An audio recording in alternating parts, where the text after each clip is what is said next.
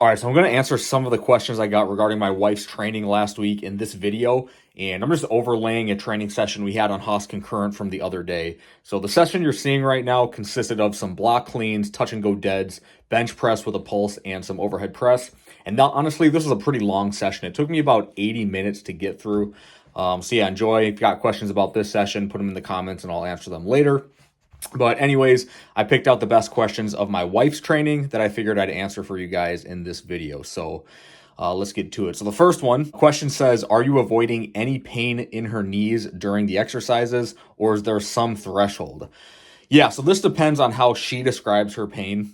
Ultimately, she's the one who's experiencing the pain, so she knows if it's unproductive, and if it's unproductive, we make the necessary modifications. And I think it's really important for her to be specific about the pain she's feeling. Is there pain during certain ranges of motion? Can she pinpoint the pain? What's the mechanisms of the pain? All that kind of stuff. So she has to communicate that with me in order for us to really make the necessary adjustments. But if there's a little bit of pain and she can push through it just fine, and it's not going to like affect her the next day or the next following days, we're probably good to just keep pushing through it. So next question, how long would you wait on a stall with linear progression before changing up programming strategies, and what's the first change you would make? So the default answer here is that if she's unable to increase load and achieve the prescribed number of repetitions for 2 consecutive sessions, that's when we'll make a change.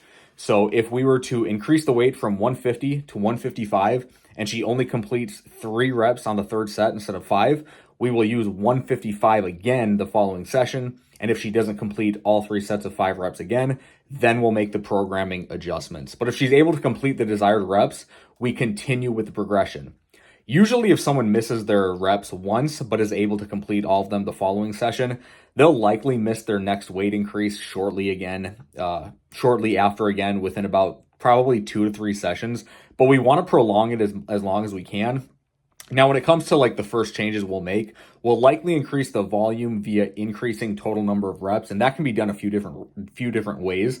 So like 3 sets of 5 is 15 reps, so we will pick a set and rep scheme that calls for more than 15 total reps. So we could do 4 sets of 5, we could do 4 sets of 4, 2 sets of 5 followed by an AMRAP set that we know is going to be more than 5 reps.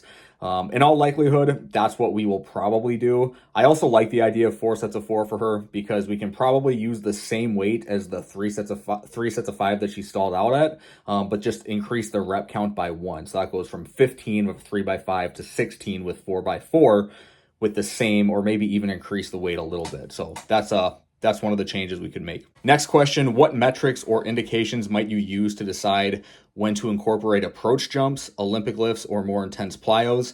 Is it primarily time and her feedback and willingness to progress?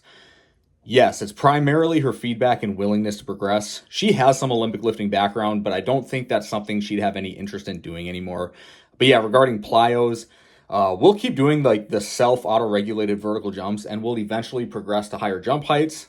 And then we'll progress to consecutive jumps with an emphasis on reducing ground contact times. Honestly, just your standard gradual exposure to higher stress to allow adaptation to occur. Eventually, we'll start doing some unilateral jumping and some jumping from different force vectors, but the progression for that is pretty simple. It's all going to be based on her feedback and willingness to progress, just like you asked in the question. So here's another question that I really liked here. This from a sports PT. So basically he says, I'd personally focus more on quad than posterior chain, wondering your thoughts on the more posterior chain. So this is a really good question. And you're probably familiar with like some of the numbers that I might present here as a sports PT. So even when the quads reach like 90% limb symmetry, according to a lot of the research, re-tear odds stay high unless the hamstrings and hip extensors catch up to the quads because they're the so-called brakes that limit anterior tibial shear. A lot of systemic reviews consistently flag residual hamstring and glute deficits, not quadriceps lag, as a strong predictor of like second ACL injuries. So, and this is especially true in female athletes. Strong hip extensor strength should help unload the reconstructed MCL and LCL during frontal plane stresses, those ligaments aren't necessarily prepared to handle. So tilting the weekly volume a bit towards the posterior chain is just kind of hedging your bets to like joint instability in multiple planes without neglecting the quad. So that's basically my answer to that. Next question here is change of direction. When do you think you're going to start? I don't know, man. First, I'll want her to do some like higher effort linear running. So she's doing some longer distance running, like on the Peloton treadmill.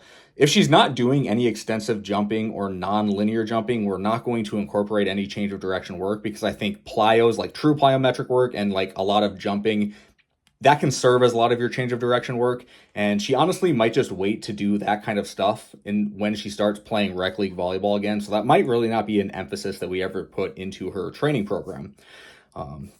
Yeah, and then here's the last question that I thought I'd answer. So is she doing some sort of knee flexion? Is that supposed to be flexion or extension? Either way, yeah, she's doing knee flexion and knee extension exercises. She's doing seated leg extensions 1 time per week. She's doing Nordic hamstring curls or some sort of hamstring curls 1 time per week as well. And we are going heavy on those. So the prescription for the leg extensions has been 3 sets of 10 to 12 reps, running a double progression. So if she can complete all 12 reps for all 3 sets at a given weight, we increase the weight. If she's doing Nordic hamstring curls, usually I'll stand behind her with a band so that she can lower herself under control throughout the entire range of motion. Or if she's doing just a regular hamstring curl, we might use the alpha roller. And usually just using the alpha roller without any weight is enough stimulus for her. That's all I got for the questions, guys. I hope I picked the right questions that provided some value for you guys. Feel free to put some more questions in this video. And that's all I got. Peace.